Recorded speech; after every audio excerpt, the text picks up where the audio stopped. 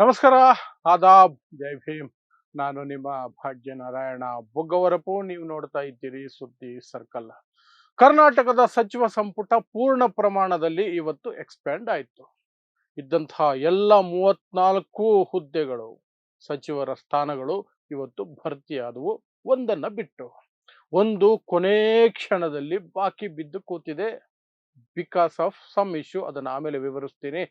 ಆದರೆ ಇದರಲ್ಲಿ ವಿಶೇಷ ಏನು ಅಂದ್ರೆ, ಕೊನೆ ಕ್ಷಣಗಳಲ್ಲಿ ಪಟ್ಟಿ ಅಂತಿಮವಾಗಿ ಹೈಕಮಾಂಡ್ನಿಂದ ಕೆ.ಸಿ. ವೇಣುಗೋಪಾಲಿಂದ ಪಟ್ಟಿ ಬಂದ ನಂತರವೂ ಸಹ ಒಂದು ಹೆಸರು ಬದಲಾಗುತ್ತೆ.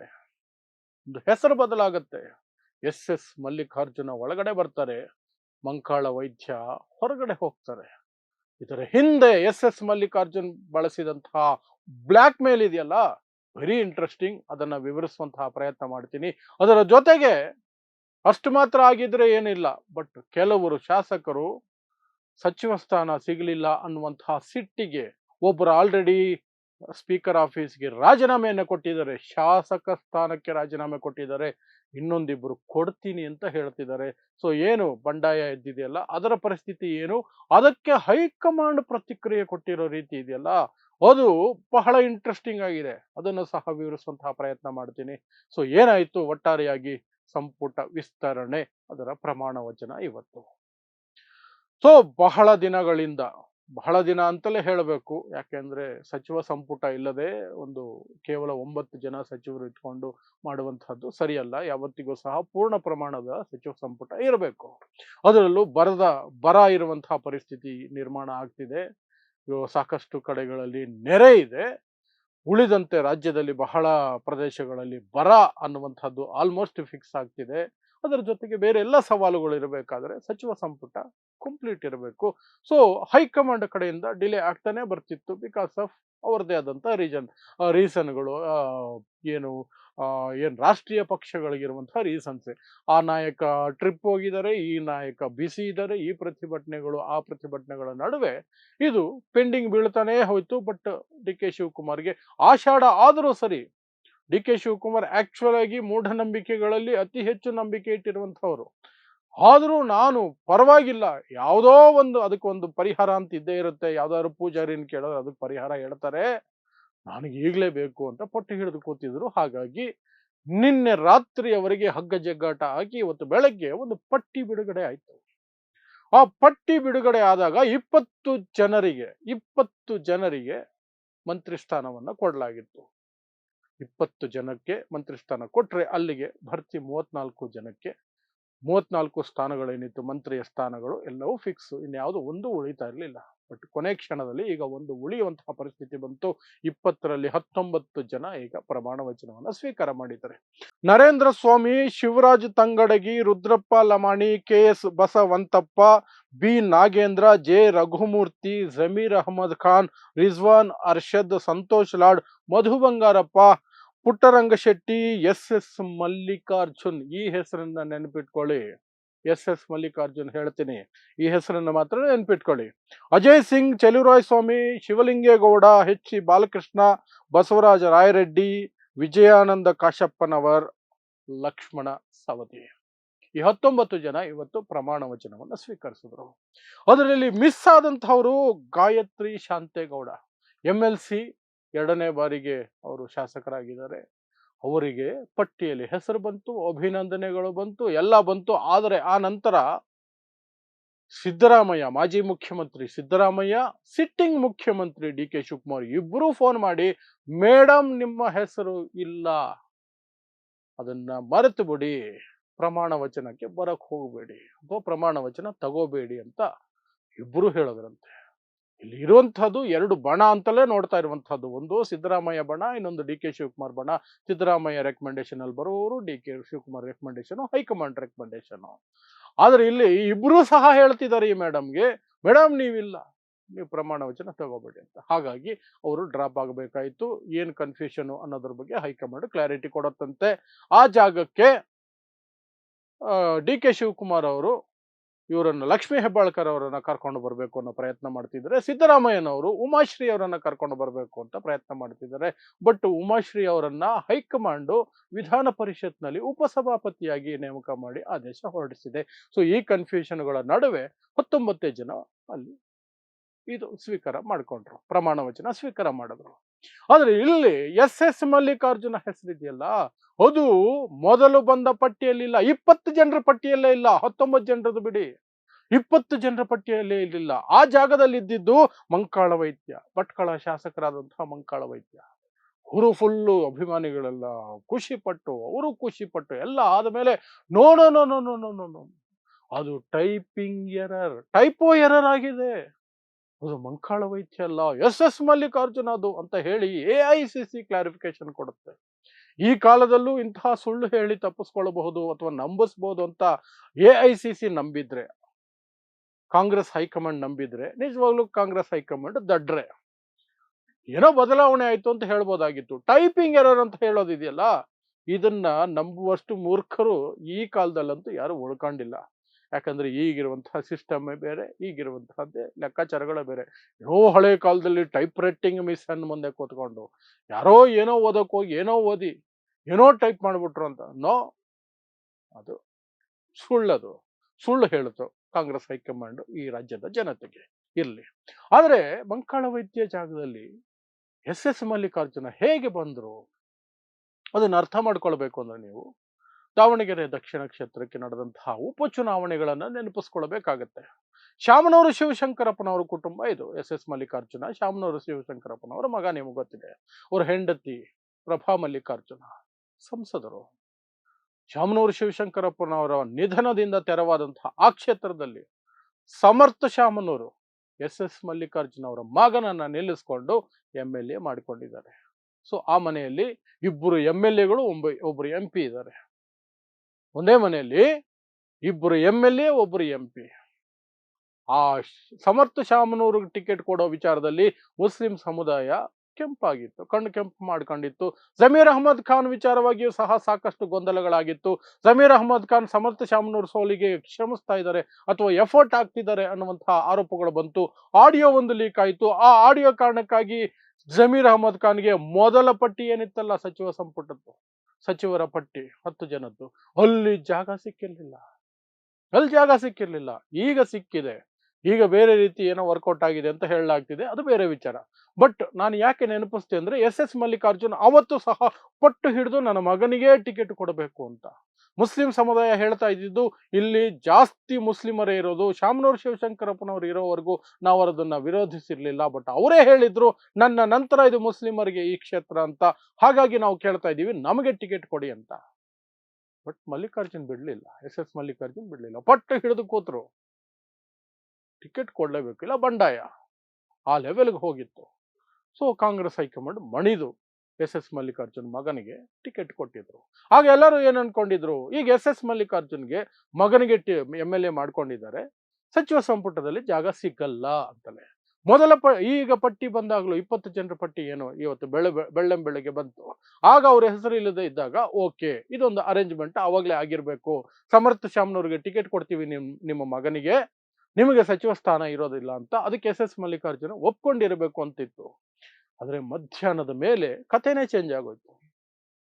ಸಂಜೆ 4 ಗಂಟೆ 10 ನಿಮಿಷಕ್ಕೆ ಪ್ರಮಾಣ ವಚನ ಅಂತ ಎಲ್ಲಾ ಕಡೆ ಅನೌನ್ಸ್ ಆದ್ಮೇಲೆ ಅದನ್ನ 1 ಗಂಟೆಗಳ ಕಾಲ ಮುಂದೂಡಲಾಯಿತು. ಈ ಇಶ್ಯೂಗಾಗಿ, ಈ ಸಮಸ್ಯೆಗಾಗಿಯೇ ಮೇಜರ್ ಆಗಿ 5 ಗಂಟೆ ಮೇಲೆ ಅಂತ ಬಂತು. ಆಮೇಲೆ ಏನು ಅಂತ ನೋಡಿದ್ರೆ ಪಟ್ಟಿಯಲ್ಲಿ ಪರಿಷ್ಕರಣೆ, ಟೈಪಿಂಗ್ ಎರರ್ ಆಗಿದೆ, ಅದು ಮಂಕಾಳ ವೈದ್ಯ ಅಲ್ಲ ಎಸ್ ಮಲ್ಲಿಕಾರ್ಜುನ್ ಅಂತ ಬಂದ್ಬಿಡ್ತು. ಆಗ ಒಂದಷ್ಟು ಕೆದಕಿ ನೋಡಿದಾಗ ಒಂದಷ್ಟು ಮಾಹಿತಿ ಹೊರಗಡೆ ಬಂತು. ಏನು, ಎಸ್ ಮಲ್ಲಿಕಾರ್ಜುನ್ ಮತ್ತೆ ಬ್ಲಾಕ್ ಮೇಲ್ಗೆ ಮೊರೆ ಹೋಗಿದ್ದಾರೆ.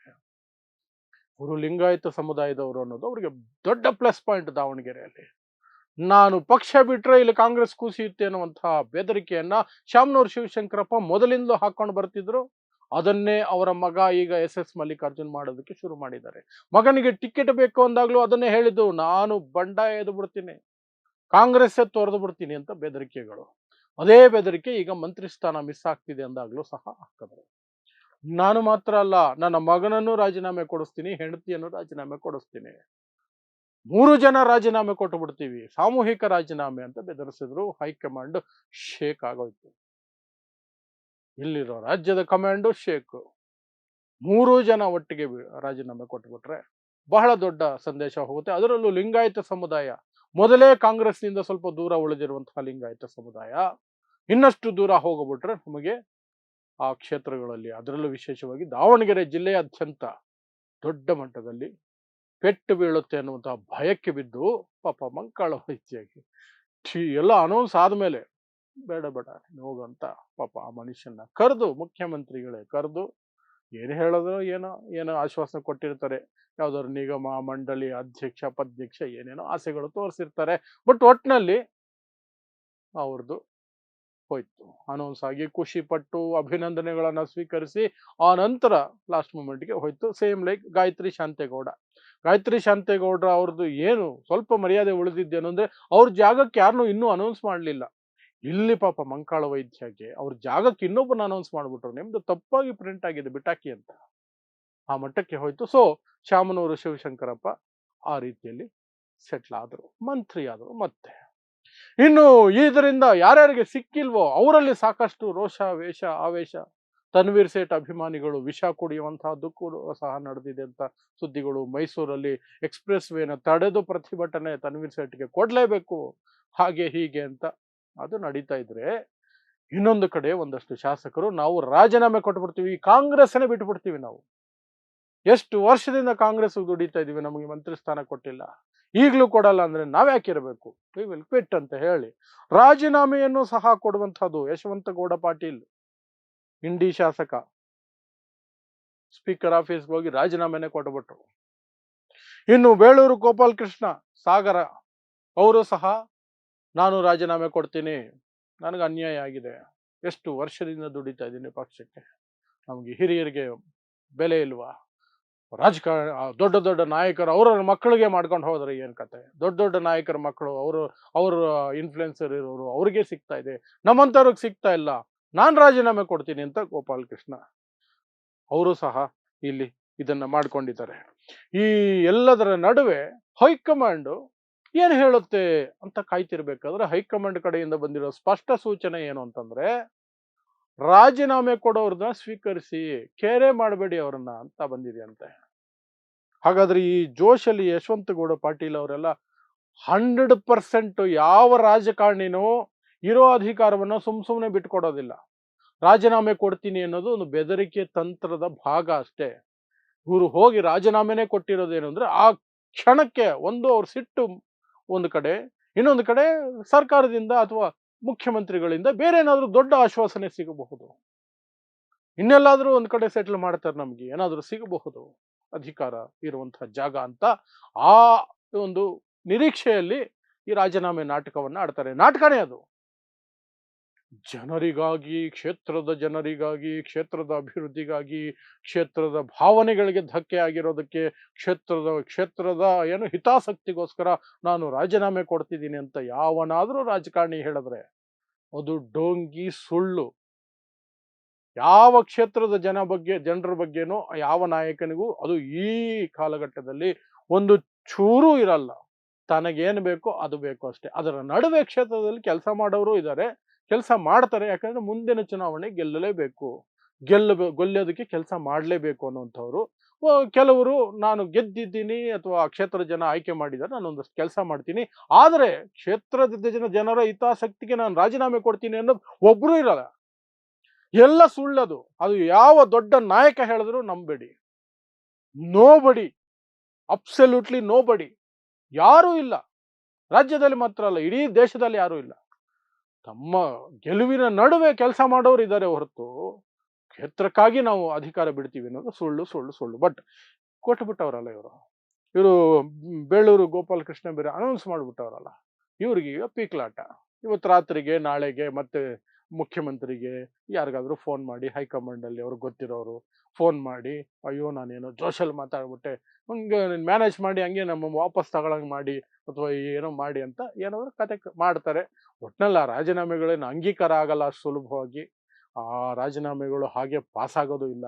ಹೈಕಮಾಂಡ್ ಹೆದರ್ಸೋದಕ್ಕೆ, ಇವ್ರು ಹೆದರ್ಸೋದಕ್ಕೆ ರಾಜೀನಾಮೆ ಕೊಟ್ರು, ಹೈಕಮಾಂಡ್ ಅವರು ಹೆದರ್ಸೋದಕ್ಕೆ ಅಂಗೀಕಾರ ಮಾಡ್ಬಿಡಿ ಅಂತಂದ್ರು. ಅಲ್ಲಿಗೆ ಬೆದರ್ಬೇಕಾಗಿರೋದು ಕೊನೆಗೆ ಇವರೇನೆ. ಇನ್ನು 1 ಮುಕ್ಕಾಲು ವರ್ಷ ಇದೆಯಲ್ಲ, 1 ಮುಕ್ಕಾಲು ವರ್ಷದ ಅಧಿಕಾರ ಸುಮ್ಮನೆ ಬಿಟ್ಟು ಕೊಡ್ತಾರೆ ಅವರು? ಸಾಧ್ಯನೇ ಇಲ್ಲ. ಅಂಟಿಲ್ ಅನ್ಲೆಸ್ ಬಿಜೆಪಿನೋ ಜೆಡಿಎಸ್ ಬಂದ್ಬಿಟ್ಟು ನಿಮ್ಮ ರಾಜೀನಾಮೆ ಹಾಗೆ ಬಿಡ್ರಿ, ನೀವು ಆಚೆ ಬನ್ರಿ, ನಾವಿದೀವಿ, ಉಪಚುನಾವಣೆಯಲ್ಲಿ ನಿಮ್ಮ ಬೆನ್ನಿಗೆ ನಿಂತು ಮೋದಿನ ಕರ್ಕೊಂಡು ಬಂದು, ಅಮಿತ್ ಶಾನ್ ಕರ್ಕೊಂಡ್ ಬಂದು ಪ್ರಚಾರ ಮಾಡಿ ನಿಮ್ಮನ್ನು ಗೆಲ್ಲಿಸ್ಕೊಂಡು ಬರ್ತೀವಿ, ಮುಂದೆ ನಮ್ಮ ಸರ್ಕಾರ ಬರುತ್ತೆ, ಅದ್ರಲ್ಲಿ ನಿಮ್ಮನ್ನ 101% ಮಂತ್ರಿ ಮಾಡ್ತೀವಿ ಅಂತ ಆಶ್ವಾಸನೆ ಕೊಟ್ರೆ ಆಗ ಇವರು ರಾಜೀನಾಮೆಗಳ ಬಗ್ಗೆ ಯಾರಿಗೂ ಸಹ ಮತ್ತೆ ಹೋಗಿ ದುಂಬಾಲು ಬೀಳೋ ಕೆಲಸ ಮಾಡಲ್ಲ. ಇಲ್ಲದೆ ಹೋದ್ರೆ ನಾನು ಹೇಳ್ದಂಗೆ ರಾತ್ರಿ ಬೆಳಗ್ಗೆ ಡಿ ಕೆ ಶಿವಕುಮಾರ್ಗೆ, ಸಿದ್ದರಾಮಯ್ಯಗೆ, ಹೈಕಮಾಂಡ್ನಲ್ಲಿ ಯಾರಾದ್ರೂ ಗೊತ್ತಿದ್ರೆ ಅವರಿಗೆ ಫೋನ್ ಮಾಡಿ ಏನೋ ಆಗೋಯ್ತು ವಾಪಸ್ ತಗೊಳಂಗ್ ಮಾಡಿ ಹಂಗೆ ಅಂತ ಡೈಲಾಗ್ ಹೊಡ್ಕೊಂಡಿರ್ತಾರೆ. ಸೊ ಇದಿಷ್ಟು ಇವತ್ತು ನಡೆದಂತಹ ಸಂಪುಟ ವಿಸ್ತರಣೆ ಮತ್ತು ಹೊಸ ಸಚಿವರ ಪಟ್ಟಿ, ಅದರ ಜೊತೆಗೆ ನಡೆದಿರುವಂತಹ ಹೈಡ್ರಾಮಾಗಳು ಮತ್ತು ಎಸ್ ಮಲ್ಲಿಕಾರ್ಜುನ ಮತ್ತೆ ಒಂದು ರೌಂಡ್ ತಮ್ಮ ಅಸ್ತ್ರವನ್ನು ಬಳಸಿದ್ದಾರೆ. ಒಂದು ಜಾತಿ ಬಲವನ್ನು ಬಳಸ್ಕೊಂಡಿದ್ದಾರೆ, ಇನ್ನೊಂದು ಬ್ಲಾಕ್ ಮೇಲಿಂಗ್ ಅನ್ನ ಸಮರ್ಥವಾಗಿ ಮಾಡಿ ಈಗ ಅದೇ ಒಂದೇ ಮನೆಯಲ್ಲಿ ಇಬ್ಬರು MLA, ಈ ಹಿಂದೆನೂ ಹಾಗೆ ಇದ್ದಿದ್ದು. ಬಟ್ ಶಾಮನೂರು ಶಿವಶಂಕರಪ್ಪ ಹಿರಿಯರು ಅನ್ನೋ ಕಾರಣಕ್ಕೆ ಅಲ್ಲಿ ವಿರೋಧ ಇರ್ತಿರ್ಲಿಲ್ಲ. ಈಗ ನಿನ್ನೆ ಮೊನ್ನೆ ಹುಟ್ಟಿದಂತಹ ಕೂಸುಗೂ ನೀವು ಕೊಟ್ಕೊಂಡು ಹೋಗ್ತಿದ್ರೆ ನಾವ್ಯಾವಾಗ ಆಗೋದು ಅಂತ ಅಲ್ಲಿ ಪ್ರಶ್ನೆ ಕೇಳ್ತಿದ್ದಾರೆ, ಅದರಲ್ಲೂ ಮುಸ್ಲಿಂ ಸಮುದಾಯ. ಬಟ್ ಎನಿಹೌ ಅಲ್ಲೊಬ್ರು ಮನೆಯಲ್ಲಿ ಒಬ್ರು ಸಂಸದರು, ಇಬ್ಬರು MLAಗಳು, ಅದರಲ್ಲೂ ಒಬ್ಬರು ಮಿನಿಸ್ಟ್ರಿಗ. Back to square. ಶಾಮನೂರು ಶಿವಶಂಕರಪ್ಪನವರು ಬದುಕಿದಾಗ ಹೇಗಿತ್ತೋ ಅಲ್ಲಿಗೆ ವಾಪಸ್. ಅಷ್ಟೇ. ಇದಿಷ್ಟು ಇವತ್ತಿನ ವಿವರಗಳು. ಸೊ ಇಂತಹದ್ದೇ ವಿಶೇಷ ಸುದ್ದಿಗಳಿಗಾಗಿ ನೋಡ್ತಾ ಇರಿ ಸುದ್ದಿ ಸರ್ಕಲ್. ನಾನು ನಿಮ್ಮ ಭಾಗ್ಯನಾರಾಯಣ ಬೊಗ್ಗವರಪು.